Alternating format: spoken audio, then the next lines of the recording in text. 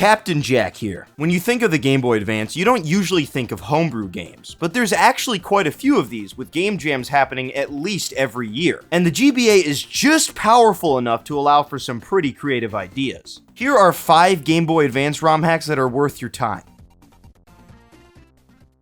Symbol Merge is a puzzle platformer that tells you exactly what it is. You'll be unlocking doors and pressing switches with the help of symbols you find along the way. The symbols themselves can be picked up and placed on pressure switches to keep them open, but things get serious when you take 2 and merge them together, giving you new movement powers. Anything from double jumps, a floating ability, to being able to flip gravity. The game's not about finding new powers though, it's really about managing the symbols you have. You need this power to get over here to grab another symbol to get over there, etc. There are some pretty wacky moments though. From impossible falls that need quite a bit of accuracy, to moments where you flip gravity, need to disband that symbol to move on, and, well, good luck. Now you have to go back the way you came, upside down. Of all the games on this list, this feels the least tied to the Game Boy. This could really be a Steam indie title all its own with a few more levels. It feels like a cousin to something like Baba Is You, especially the childlike art style. The game may be short, but you'll get quite a bit of playtime out of this, especially at the end. Some of these puzzles take a while figuring out, but it's always fair and it's always satisfying to complete.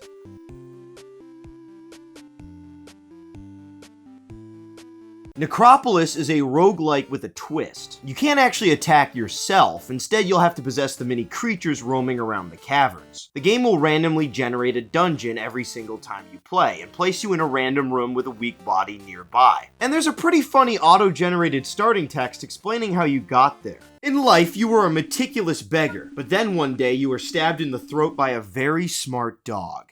Huh, here's another one. In life, you were a meticulous There's no money in the game, just spirit points and the health points of whoever you're possessing. You lose HP when fighting, but you lose SP whenever you take a step in your ghost form. Losing your health makes your host die, but more importantly, losing all spirit points will make you fade from existence, ending your run. There's a delicate balance here of knowing when to stick it out with your host to kill an enemy and collect more spirit points, or abandoning your host to possess the other character for an SP cost. Add a handful of spells into the mix that can be found to trade HP for SP or vice versa, and you have a game that has quite a bit of strategy to it. The game will declare you the winner if you defeat 10 floors, but you definitely won't be doing that the first time. Necropolis is a great roguelike that's easy to understand, but hard to master.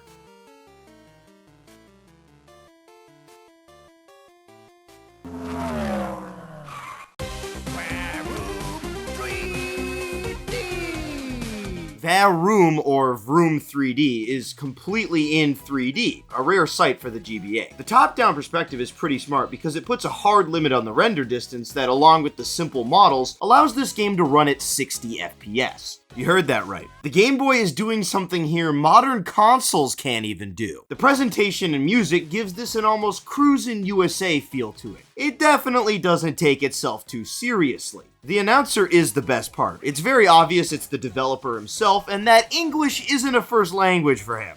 Wow, you drive like my grandmother.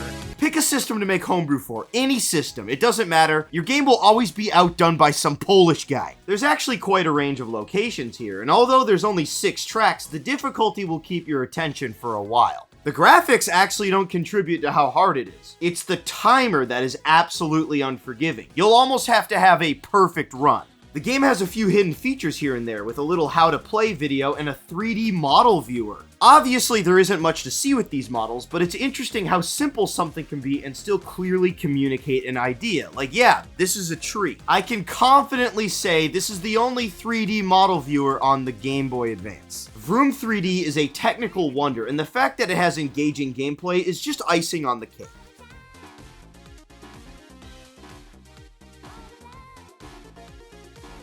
Feline is an atmospheric platformer reminiscent of something like Echo the Dolphin or Tanglewood. The story here is that your family has been stolen right from under you, and you'll have to find them before it's too late. The music is great, and it's perfect for the more slower-paced gameplay you're gonna have here. From discovering secrets, fighting enemies, to reading these tablets. What is the point of this? You have to rapidly tap A to read them one word at a time. On the first night we I'm giving up. The game isn't isn't difficult by any means. You have 9 hit points, or 9 lives. Get it? You get it? Because Kit Kat? And you definitely won't use them all. If you pay attention, you'll figure out the laboratory is experimenting on cats, which results in this abomination that you'll have to hit when it gets tired. Once you destroy it, you'll free your family, which, I'm gonna be honest, I didn't think they were coming back from that. It's by far the shortest game on this list. Feline is a pretty little platformer that has great art direction.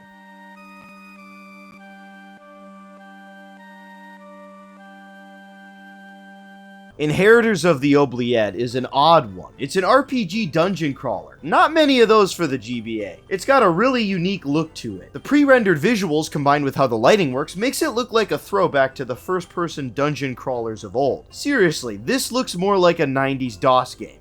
It may look old, but Inheritors is pretty unique and modern when it comes to gameplay.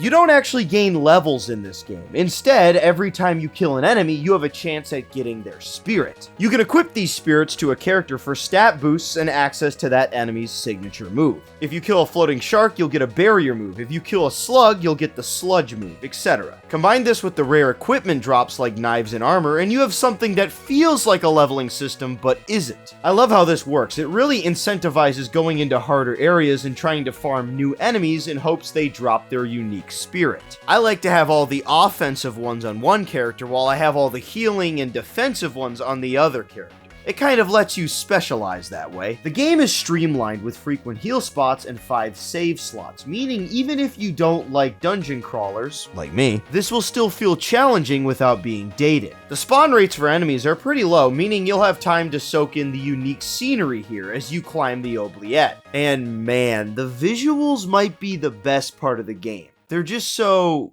eerie, especially paired with the brooding music.